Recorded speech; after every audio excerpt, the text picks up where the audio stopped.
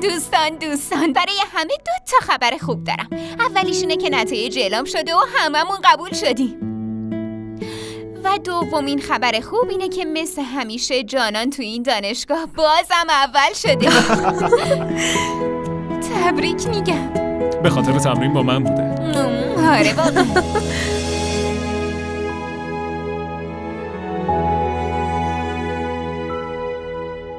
جانان دیگه خیلی درس خونده. نیازی نیست که بره دانشگاه.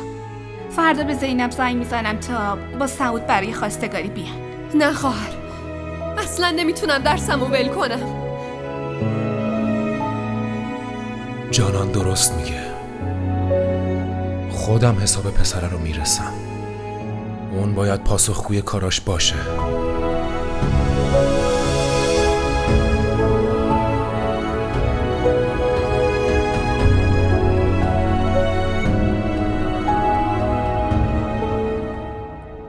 عالیه.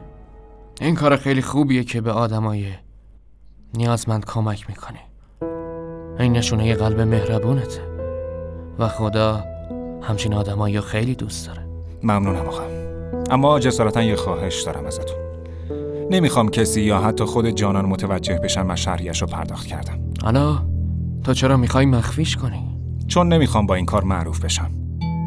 این کار در راه خداست و میخوام بین خودم و خدا بمونه. فقط همین. آفرین، واقعا آفرین. یه کاری بکن، این شهریه رو تو بخش مالی پرداخت کن، بقیه‌شو من درست میکنم. ممنونم آقا، خیلی ممنون. رحیم، خدا خیرت بده. قربون شما.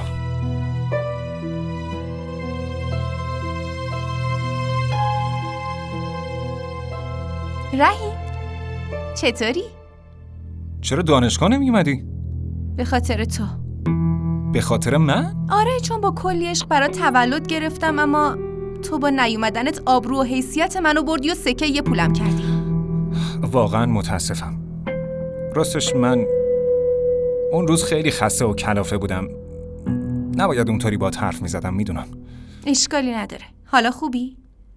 خب باشه، باید باهات حرف بزنم. بریم کافه بشینی؟ نه، اگه بریم اونجا خیلی دیرم میشه. راستش من با یه نفر قرار دارم. بگو، همینجا میشنوم. اینجوری نه رحیم، میشینیم و آروم حرف میزنیم. راستش میخواستم بگم که... خب بگو، من همینجا گوش میدم. بیا بریم حرف بزنیم. اما فریده، من راستش باید برم یه جایی. فردا با هم میریم کافه، باشه؟ پس من منتظرتم. خیلی خوب، فردا میبینمت. باشه. فعلا.